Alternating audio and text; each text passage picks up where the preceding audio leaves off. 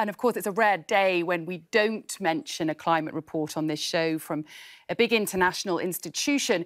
And more often than not, they're telling policymakers that targets simply aren't enough, that not enough is being spent, and that we're heading for climate catastrophe. So is the message getting through to people? How difficult is it for people to work out how they can personally help on climate?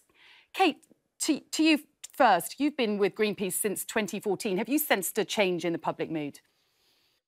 I have, yes. I think that over the last few years, we've seen that the public are much more interested in climate change. They're much more concerned about climate change. And that's true, I think, even now, while we're in the middle of a pandemic where some people might have said, actually, climate change is going to go on a back burner for a lot of people.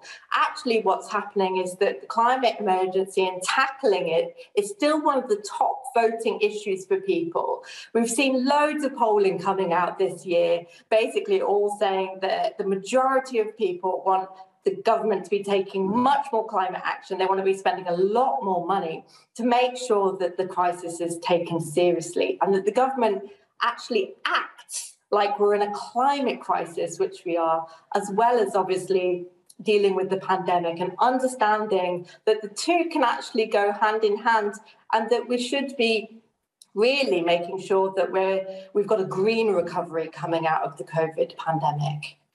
That's what people are really interested in now. Yeah, very interesting. And Stuart, your thoughts on that? Typically, people wouldn't care about global issues in the middle of a recession. Are you sensing a change too in terms of what people care about and what you're hearing within the farming industry and agriculture? I absolutely am. I think people see this as an opportunity to take stock, to change things. And I think, as Kate says, this green recovery point. If I look at the farming industry itself over the last 3, 4, 5 years, as we've been starting to talk about net zero as an industry, farmers are really feeling empowered. They feel as though they can be part of that solution. And that empowerment, I think, is really important. But it's also important, I think, at every life stage. So one of the most exciting things we've been doing is actually doing some STEM projects in classrooms with kids and actually getting them to see where agriculture butts up against and can be a solution to climate change, getting youngsters involved, getting everyone involved. And ultimately, for me, it's about empowering every single one of us as an individual to be part of that solution. And actually, it's just part of our everyday life, doing something every day to do our bit for the planet.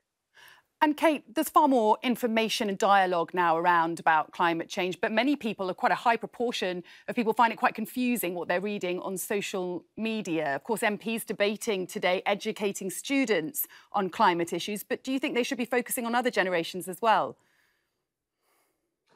I think, honestly, I do think that climate information needs to be very clear, very accessible, and it's what I spend quite a lot of my time thinking about, so that we can inspire everybody to get involved and to do their bit, whether that's signing petitions, whether that's getting involved in local air pollution campaigns, whether that's writing to their MPs. Obviously, we've seen the future generation of school strikers have been hugely inspiring in terms of what they've been doing and the protests that they've been holding.